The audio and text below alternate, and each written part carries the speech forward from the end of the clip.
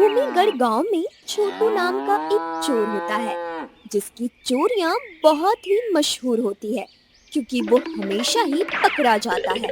एक शाम राजन नाम का आदमी काफी पैसे लेकर घर जाता है। अरे सुनती हो, ये लो, और इन पैसों को संभाल कर रख देना। अरे बाप रे, इतने सारे पैसे! आप इतने सारे पैसे कहाँ से लाए हो? क्या कहाँ से लाया हूँ?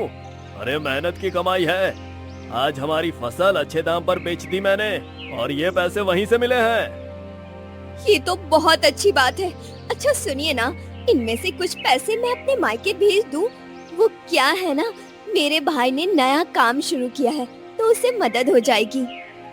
मैं यही सोच रहा था कि अब तक तुमने कुछ भी कहा क्यों नहीं। कहीं पैसे भेजने की जरूरत नहीं है। मैं इतनी मेहनत से पैसा कमाता हूँ और तुम सब अपने मायके भेज देती हो। जाओ, इन पैसों को संभाल कर रख दो। खिड़की से छोटू चोर ने उनकी सब बातें सुन ली होती है। लगता है अब तक मैं इसी के लिए पिटता आ रहा था, क्योंकि कोई बड़ी चोरी नहीं की। आज इसके घर पर इतने सारे पैसे आए हैं, अब वो मैं चोरी कर लूंगा तो मजे ही मजे हो जाएंगे। छोटू सबके सोने के बाद उस आदमी के घर जाता है। छोटू पैसे निकाल कर वहीं गिनने लगता है। अरे पैसे तो गिन लूं कि कितने हैं, तभी तो मजा आएगा ना। छोटू काफी देर तक पैसे गिनने लगता है और उसकी आंख लग जाती है, लेकिन राजन की इतने में आंख खुल जाती है। अरे चोर चोर चोर! अरे हमारे घर में चोर आ गया है। चोर? रुकिए, मैं अभी डंडा लेकर आती हूँ। छोटू पकड़ा जाता है और उसे खूब मार पड़ती है, लेकिन फिर भी जैसे तैसे छोटू अपनी जान बचाकर वहाँ से भाग जाता है। बाल बाल बचे। हाँ, आज तो बच गया मैं, वरना तो वो और उसकी मोटी सी पत्नी मुझे पिचका ही देते और मेरा रस निकालकर खुद ही पी जाती वो मुटकी। इस तरह छोटू की एक भी चोरी कामयाब नहीं होती। एक शाम छोटू पेड़ के नीचे आराम से लेटा होता है और वहीं थोड़ी दूरी पर गांव के दो आदमी मिट्टी खोद रहे होते हैं। अरे भाई, तुमने सुना? वो हरिया है, इतना अमीर था, उसके पास किसी चीज की कमी नहीं थी, लेकिन किसी को दान करने तक में कतराता था। एक बार एक साधु आ गया उसके घर, लेकिन उस हरिया ने साधु तक को खाली हाथ भेज दिया। अच्छा, मुझे तो नहीं पता था ये। अरे साधु को ये बोलकर भगा दिया कि रावण भी इसी प्रकार भिक्षा मांगने आया था। अपनी अमीरी की लोभ में इतना चूर था कि उसने अपमान कर दिया। राम युग में रावण को भिक्षा देने के लिए सीता माँ ने एक बार भी नहीं सोचा, और ये रावण रूपी हरिया खुद को पता नहीं क्या समझता है। उस साधु का अनादर करने के बाद हरिया की जिंदगी ही पलट गई। अब खुद वो भीख मांग रहा है, बीवी बच्चे छोड़ गए और उसके भाई ने ही उसे लूट लिया। अच्छा है भाई, हम ऐसे नहीं हैं।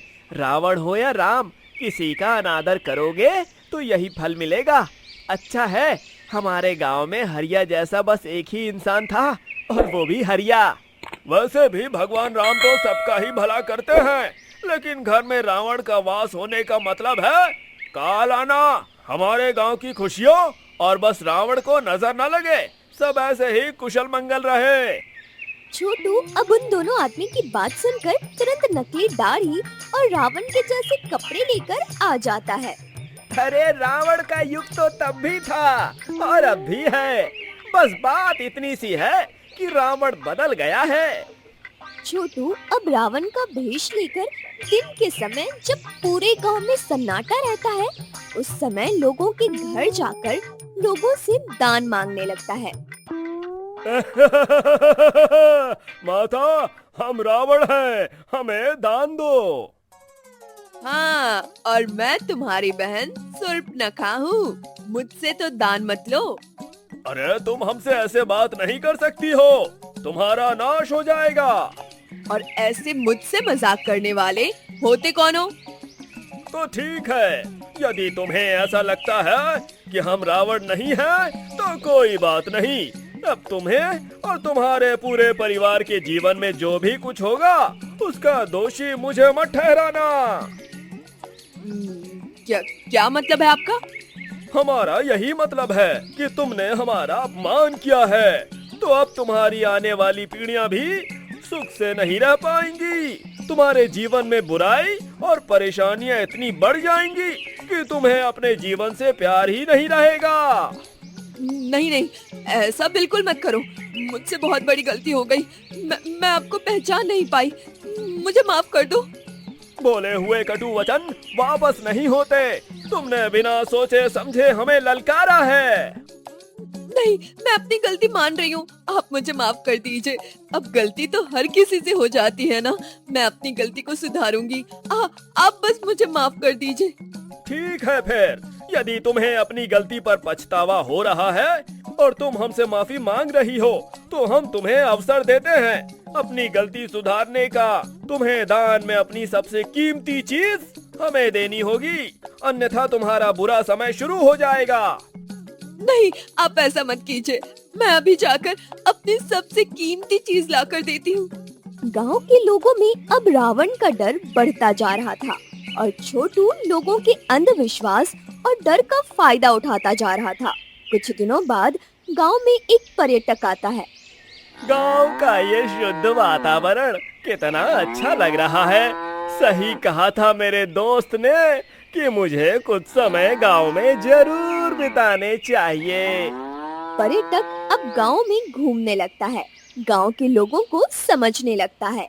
एक शाम पर्यटक सुधा नाम की एक औरत को सब कुछ रावण को दान करते हुए देखता है।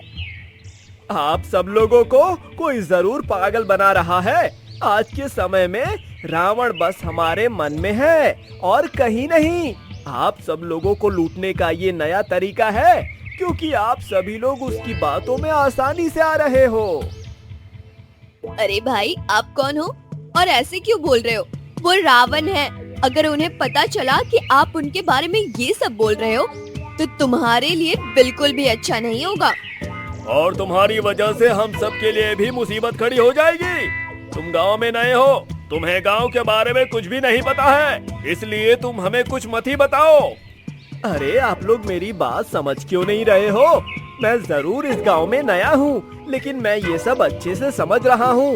आपकी भावनाओं के साथ खेला जा रहा है, आपके अंधविश्वास का फायदा उठाया जा रहा है। आप सब लोग मेरी बात मानिए और उस ठग को कुछ मत दीजिए। अरे भाई लोग, आप भी किसकी बात सुन रहे हो? इसका तो कुछ जाएगा ही नहीं।